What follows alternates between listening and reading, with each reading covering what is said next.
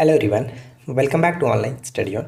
आज की इस वीडियो में हम देखने वाले हैं इकोनॉमिक्स के सीरीज़ में हमारा एक टॉपिक है प्रमुख समिति। जैसा कि आपको पता है कि इस समिति से रिलेटेड कई सारे क्वेश्चन एग्जाम्स में पूछे जाते हैं अलग अलग टाइप के। तो इस वीडियो में सबसे पहले मैं आपको इम्पॉर्टेंट जो भी समितियाँ हैं उनके बारे में दिखाऊँगा और उसके साथ ही साथ हम MCQ भी डिस्कस करेंगे। तो चलिए फिर इस वीडियो को शुरू करते हैं और आने वाले सभी एग्ज़ाम्स के लिए आपका टॉपिक इम्पॉर्टेंट है, तो अच्छे तरीके से देखिए और फॉलो करिए। और बाकी का आपने वीडियो को नहीं देखा है तो प्लेलिस्ट बना हुआ है, इकोनॉमिक्स के सभी वीडियो को आप एक साथ देख सकते हैं। देखिए, जो भी प्रमुख समितियां हैं वो हम यहाँ पे डिस्कस कर लेते हैं, उसके बाद मैं आपको MCQ भी करा दूंगा। तो सबसे पहले आता है राज्य समिति, जिसमें बात कही गई थी कृषि जोत पर कर के संबंध में। ये राज्य समिति।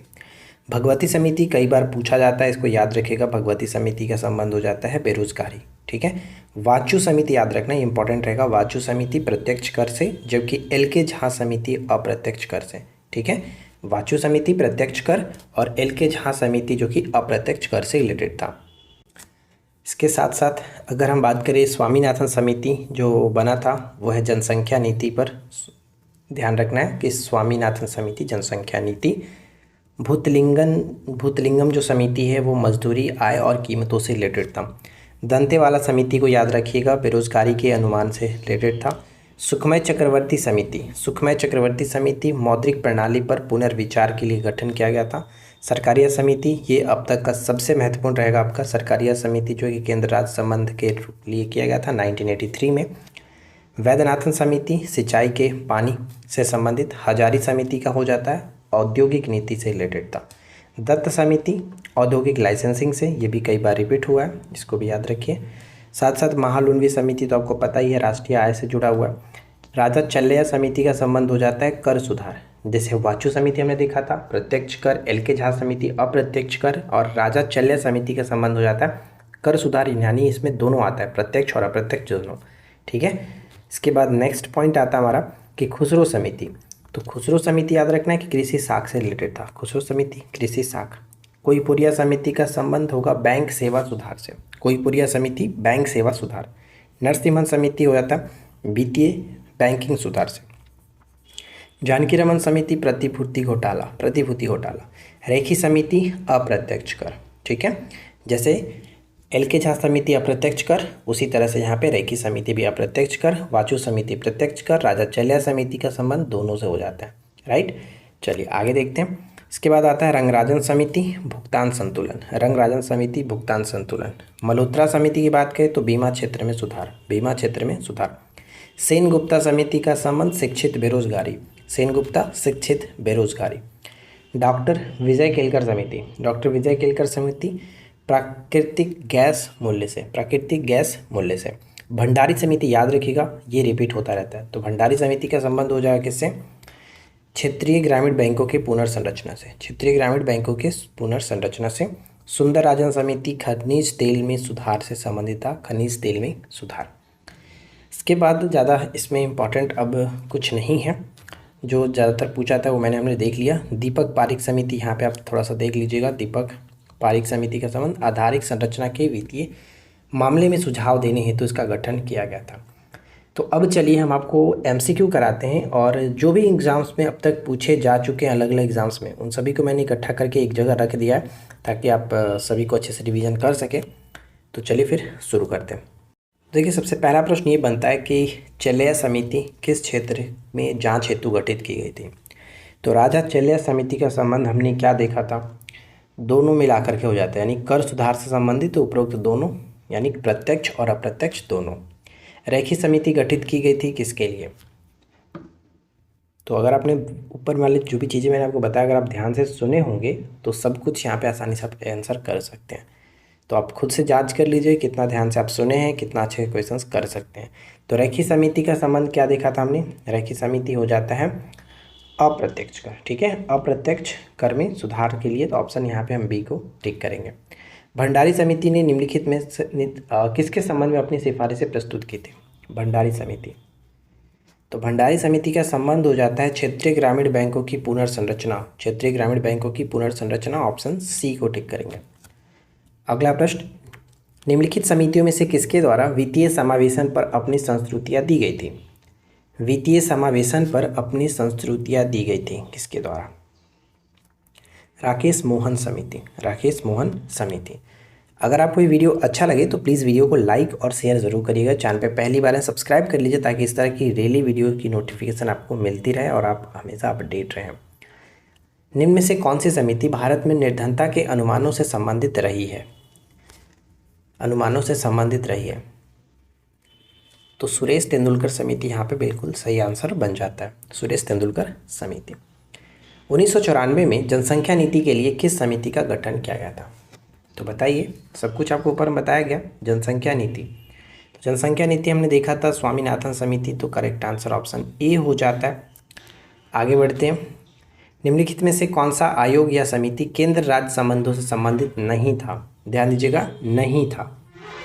पूंची आयोग संबंधित था, राजमन्नार जो समिति है ये भी संबंधित था, सरकारी आयोग केंद्र राज्य संबंध संबंधित था, और दिनेश गोस्वामी समिति जो है वो यहाँ पे हम कह सकते हैं नहीं होगा क्योंकि ये चुनाव संबंधी सुधार से रिलेटेड है। तो यहाँ पे हम डी को टिक कर सकते हैं। ठीक है फ्रेंड्स, डी बिल्कुल करेक्ट आंसर बनेगा। और इन सभी का इसलिए याद रखिएगा कौन कब गठन किया गया, क्योंकि एग्जाम्स में यहाँ से पूछा गया है पूंची आयोग ऑलरेडी। नेक्स्ट आता है कि मीरा सेठ समिति का संबंध किससे था? मीरा सेठ समिति का संबंध निम्नलिखित में से किससे था? तो हथकरघे के विकास से, ऑप्शन ए, हथकरघे के विकास से। शकुंतला गुरु समिति, बताइए शकुंतला गुरु समिति किससे जुड़ा है? तो इसका संबंध हो जाता है कृषि विपणन, कृषि विपणन से संबंधित है शकुंतला गुरु समिति। जानकी रमन समिति का गठन किसके उद्देश्य के लिए किया गया था? जानकी रमन समिति का जो गठन किया गया था वो किसके उद्देश्य के लिए किया गया था? बैंकों की प्रतिभूतियों के सौदे की जांच हेतु। तो डी यहाँ पे टिक कर सकते हैं। इसके बाद नेक्स्ट आता है कि नायक समिति का संबंध किससे है? नायक समिति, तो नायक समिति का संबंध हो जाता है ऑप्शन बी, लघु उद्योगों से। ठीक है, ऑप्शन बी को टिक करेंगे, लघु उद्योगों से। नेक्स्ट आता है कि रेखी समिति का संबंध बताइए किससे है? ऊपर में ऑलरेडी आपने बता दिया है तो फिर से एक बार गेस कर लीजिए। रेखी समिति किससे था? अप्रत्यक्ष कर से। ठीक है, अप्रत्यक्ष करों के संबंध में समान नियमावली बनाने से। चलिया समिति, ये बार बार रिपीट हो जा रहा है क्योंकि ये इंपॉर्टेंट भी है, तो अपना जो इसका वर्चस्व है वो दिखा रहा है कि हाँ भाई मुझे अच्छे से याद रखो। तो चलिया समिति दोनों से संबंधित है, प्रत्यक्ष और अप्रत्यक्ष दोनों, यानी प्रत्यक्ष एवं अप्रत्यक्ष कर प्रणाली में सुधार। तो ऑप्शन हम यहाँ पे ए को टिक करेंगे। वीके चतुर्वेदी कमेटी ने निम्नलिखित में से किससे संबंधित कार्य किया? वीके चतुर्वेदी कमेटी, तो राइट आंसर हो जाएगा ऑप्शन डी, तेल क्षेत्र में कीमत सुधार। तेल क्षेत्र में कीमत सुधार से जुड़ा हुआ है वीके चतुर्वेदी कमेटी। तारापुर समिति निम्नलिखित में से किससे संबंधित है? तारापुर समिति, तो ऑप्शन यहाँ पे बी हो जाएगा, पूर्ण पूंजी लेखा के संपरिवर्तनीयता से संबंधित था आपका तारापुर समिति, ऑप्शन बी। ठीक है, नेक्स्ट, निम्नलिखित समितियों में से किस समिति ने भारत में वित्तीय क्षेत्र में सुधार, जांच एवं सुझाव दिए थे? वित्तीय क्षेत्र में सुधारों की जांच और सुझाव दिए थे, तो यहाँ पे हो जाएगा आपका नरसिम्हन समिति, नरसिम्हन समिति, option C. Kelkar task force की सिफारिशों का संबंध किससे है? केलकर टास्क फोर्स सिफारिशों का संबंध किससे है? तो ये आपका कर से जुड़ा हुआ है, कर। रंगराजन समिति की रिपोर्ट का विषय वस्तु क्या था? रंगराजन समिति, तो रंगराजन समिति का संबंध हो जाएगा ऑप्शन डी के साथ, भुगतान संतुलन के घाटों को नियंत्रित रखने के लिए उपाय सुझाना। ऑप्शन डी होगा, रंगराजन समिति भुगतान संतुलन। कर सुधार समिति का अध्यक्ष किसे नियुक्त किया गया था? कर सुधार समिति, यानी कर की बात कर रहे हैं तो यहाँ पे प्रत्यक्ष और अप्रत्यक्ष दोनों होगा, और दोनों की बात आता है तो राजा चले आ जाते हैं, ऑप्शन डी। किस समिति ने कृषि जोत पर कर लगाने की संस्तुति दी थी? तो ये क्वेश्चंस भी आपको पता ही है कि कृषि जोत पर कर का बात आता है तो कहाँ पे? ऑप्शन सी को टिक करेंगे, राज्य समिति। ठीक है, राज्य समिति। निम्नलिखित में से कौन बेमेल है, यानी कौन अलग है, आपको ये बताना है। तो पहला पॉइंट भी हम देख सकते हैं, रेखी समिति का संबंध तो अप्रत्यक्ष कर से है, तो यहाँ पे आयात निर्यात प्रक्रिया सरलीकरण ये गलत है, लेकिन बाकी के सब सही है। जैसे नजुंदबा जो समिति है वो रेल किराया भाड़ा से रिलेटेड था, रंगराजन समिति भुगतान संतुलन हो गया, और गोईपुरिया समिति बैंकिंग सेवा सुधार। तो यहाँ पे हम कह सकते हैं सही आंसर ऑप्शन ए होगा। आर.एन. मल्होत्रा समिति किस क्षेत्र से संबंधित है? आर.एन. मल्होत्रा जो समिति है वो किस क्षेत्र से जुड़ा हुआ है? तो इसका संबंध हो जाएगा बीमा क्षेत्र से। ठीक है फ्रेंड्स, इसको ध्यान रखना है, बीमा क्षेत्र, ऑप्शन सी। आबिद हुसैन समिति गठित की गई थी। आबिद हुसैन समिति गठित की गई थी, तो ऑप्शन यहाँ पे बी होगा। लघु उद्योगों की समस्याओं के निवारण हेतु, तो यहाँ पे बी को टिक करेंगे। लघु उद्योगों की समस्याओं के निवारण हेतु आबिद हुसैन समिति लघु उद्योग से संबंधित है। चंद्रशेखरन समिति किससे जुड़ा हुआ है? चंद्रशेखरन समिति किससे जुड़ा हुआ है? तो ये आपका शेयर बाजार से जुड़ा हुआ, शेयरों से, ऑप्शन बी। चंद्रशेखर समिति शेयर से, ऑप्शन बी। अप्रत्यक्ष कर से संबंधित है, तो अप्रत्यक्ष कर, तो देखिए वांचो समिति जो था वो आपका प्रत्यक्ष कर से रिलेटेड है। ठीक है, प्रत्यक्ष कर, चल्या समिति दोनों से रिलेटेड होता है, लेकिन रेखी समिति अप्रत्यक्ष कर से जुड़ा हुआ है, तो यहाँ पे सही आंसर ऑप्शन हमारा सी बन जाएगा। और सरकारिया समिति तो आपको पता ही है, केंद्र राज्य संबंध से हो जाता है। नेक्स्ट आता है कि भारत में गठित सहकारी समिति थी। भारत में गठित पहली सहकारी समिति कौन से थे?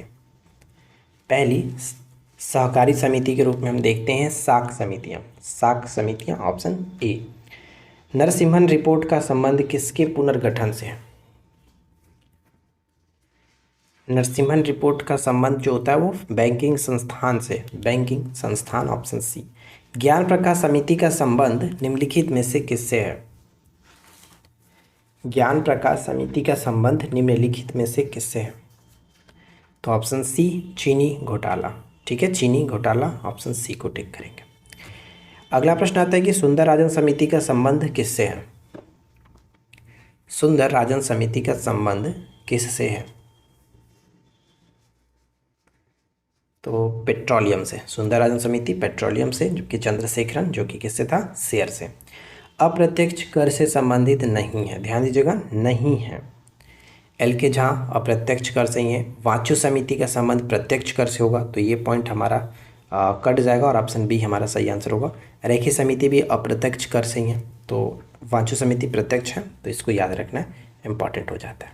ठीक है, आगे बढ़ते हैं और अगला देखिए। नेक्स्ट आता है कि सरकारिया समिति किस विषय वस्तु से संबंधित थी? सरकारिया समिति, इसका सही आंसर आप खुद बताइए, क्वेश्चन का राइट आंसर क्या होगा? 31 का कमेंट करिए नीचे, 31 का क्या होगा? 31। नेक्स्ट, दीपक पारेख समिति जो है निम्नलिखित में से किस एक उद्देश्य से गठित की गई थी? तो दीपक पारेख समिति भी हमने लास्ट में बताया था आपको, इसका संबंध हो जाता है ऑप्शन बी, अवसंरचना के विकास और वित्तीयन के लिए उपाय सुझाना, यानी यहाँ पे सही आंसर ऑप्शन बी होगा। तो आई होप कि फ्रेंड्स आप लोगों को आज का ये वीडियो अच्छा लगा होगा, वीडियो पसंद आया हो, लाइक एंड शेयर करिए। चैनल पे पहली बार है सब्सक्राइब करके नोटिफिकेशन बेल आइकन को ऑल पे सेट कर लीजिए। इकोनॉमिक्स के सीरीज को हम इसी तरह से आगे कंटिन्यू करेंगे और इसके 7 से 8 पार्ट लाएंगे ताकि इकोनॉमिक्स के सभी जो टॉपिक्स हैं इंपॉर्टेंट वाले वो कवर हो सकें। ठीक है, तो वीडियो अगर आपको अच्छा लग रहा है तो प्लीज़ हमारे साथ बने रहिए, सब्सक्राइब करके रखिए और वीडियो को ज़्यादा लाइक करिए और शेयर ज़रूर करिए। तो चलिए मिलते हैं नेक्स्ट क्लास में। Thanks for watching, keep learning, have a good day.